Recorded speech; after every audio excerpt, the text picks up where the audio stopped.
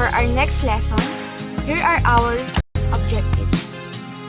The learner should be able to, first, analyze the elements of macro and microenvironment and their influence to marketing planning. And next, conduct marketing research, interpret market buying behavior on product or service, and identify the product or service target market. So next, let us move on to the lesson number 2 with the title, The Elements of Macro and Microenvironment and Their Influence to Marketing Planning, which will be discussed by Luigi Isip, Micaela Sinahin, and Elizabeth Quintanar. Hi guys! Now that you have already known and gained some knowledge about the strategic marketing process, me and my co-members that will talk right after me will now introduce the marketing environment. What comes to your mind when you hear or read these words? Is it that important? Will it help you in the future? Does it have anything to do with you? Well, we will find out. All internal and external factors and forces exert influence and do have an effect on one's business organization. When you say internal factors, these are within the control of an organization, while on the contrary, external factors are which the marketer has little or no control. These two are grouped together to form a marketing environment. Since the marketing environment is made up of the internal and the external environment of the business, we will talk about its external environment. External environment has two types, micro and macro environment. Micro environment is also known as task environment. One's company's ability to serve its customers are affected by the factors who are close to it. These are the companies, suppliers, and so on. Another type of external environment is macro environment. This is also known as a broad environment. This one consists of factors that may affect the industry as a whole but don't have a direct effect on the business. These are the demographic environment, economic environment, and so on. You're all set. You have already known the basic introduction for a marketing environment. Now, let us delve deeper for each of its factors. Let's start with microenvironment. Hello everyone, I'm Micaela and I'm here to introduce to you the first factor of marketing management, the microenvironment.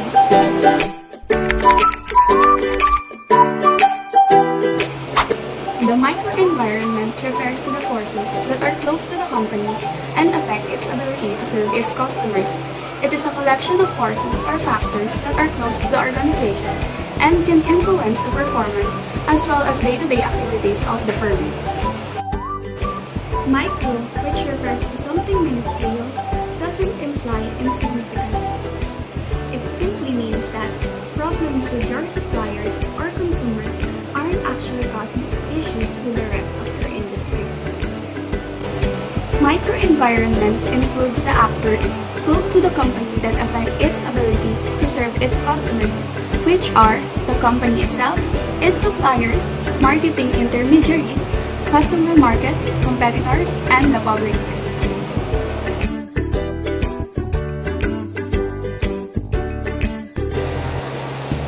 The company marketing department may be a lifeblood of an organization. The functions of marketing management area in the organization must be aligned with the organization's goals and strategies. Hence, marketing manager must work closely with other departments as that will help them to make decisions with broader strategies and plans.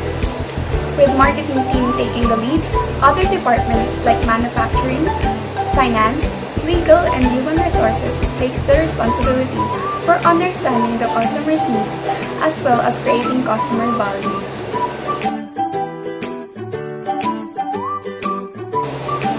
Suppliers, an important factor that serves as partners. They provide resources needed by the company such as raw materials, utilities, labor, capital, and equipment. The performance of suppliers can directly impact an organization's ability to continually satisfy its consumers. To reduce risk and uncertainty, business firms prefer to keep multiple suppliers. Marketing managers must have a control on the supplier's availability and cost.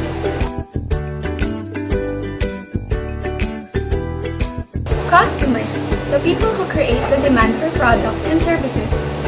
They can either be end users, business, or organizations. Companies must attract and maintain customers through products and services that meet and exceed customers' expectations. The most important actors in the company's microenvironment are its customers.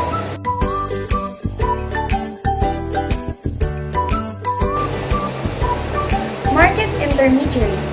Intermediaries are channels that link the organization to its customers. It helps the company promote, sell, and distribute its products to final customers. The most common intermediaries are distributors, wholesalers, and retailers.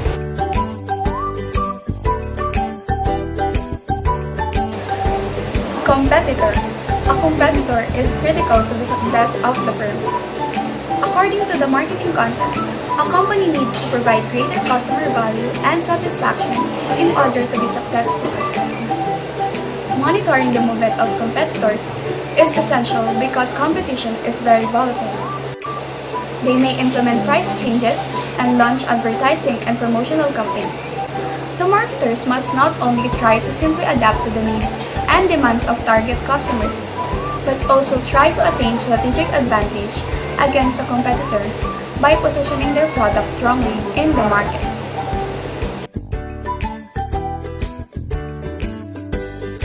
Publics. Publics are an important force in external microenvironment. They may include any individual or entity with an actual or potential interest in the company and its products or services. This includes shareholders, financial institutions, government, community, society, and social media. Now, let's move on to the next factor of marketing management. Hi everyone, this lesson is all about the elements of macroenvironment. There are 6 elements of macroenvironment, which are the economic macroenvironment, political legal macroenvironment, social-cultural macroenvironment, demographic macroenvironment, technological macroenvironment, and natural macroenvironment.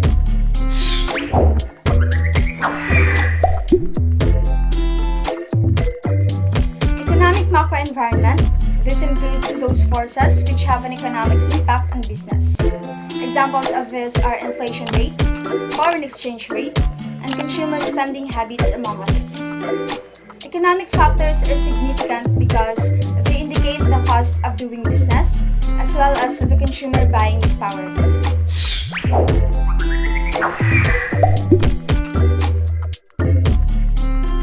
Political legal macroenvironments. This includes both political and legal factors. When we say political factors, it is an uncertain political situations, new admirations, and political unrest. While legal factors includes law passed recently and the legislative bills that could be enacted into law.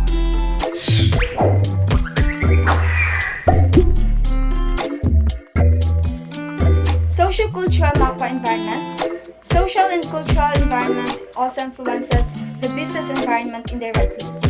This includes the people's attitude at work, role of the family, ethical issues, marriage, religion, and education.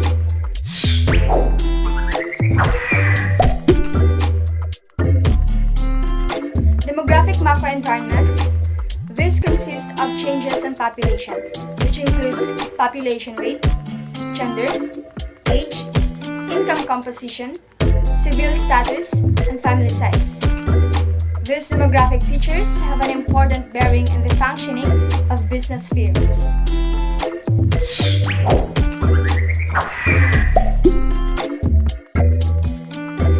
Technological macroenvironment. This is composed of current technological change. Business makes it possible for technology to reach the people.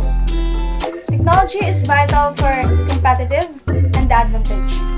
Like for example, in this factor are internet, which can spur productivity and living standards.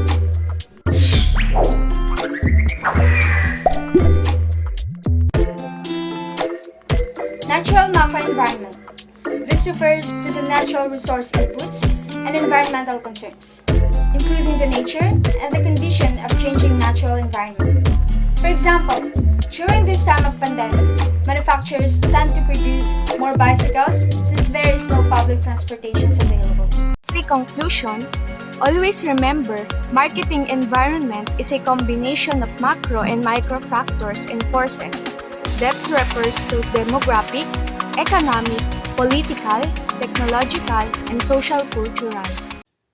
It's time for quiz number 2. Are you guys ready? Let's start.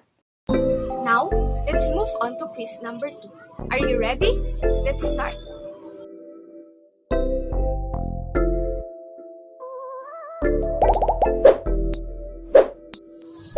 Number 1. Customers are the people who create the demand for products and services. True or false?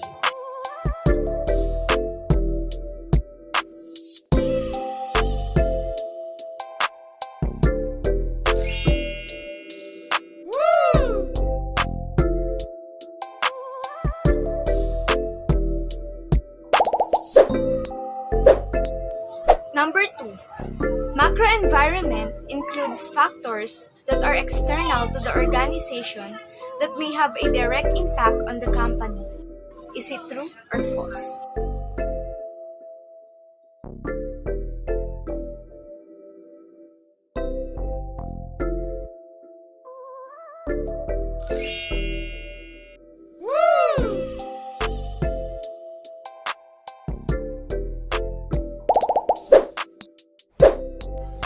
Number 3. Microenvironment includes factors that are external to the organizations that may have a direct impact on the company. Is it true or false?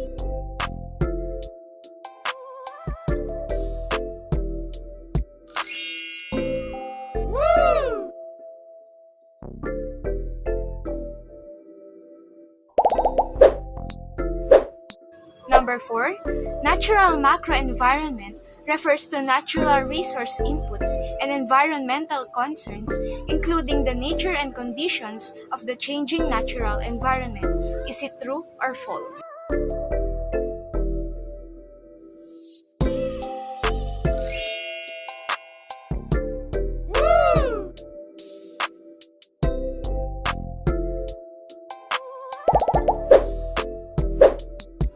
Lastly, number 5.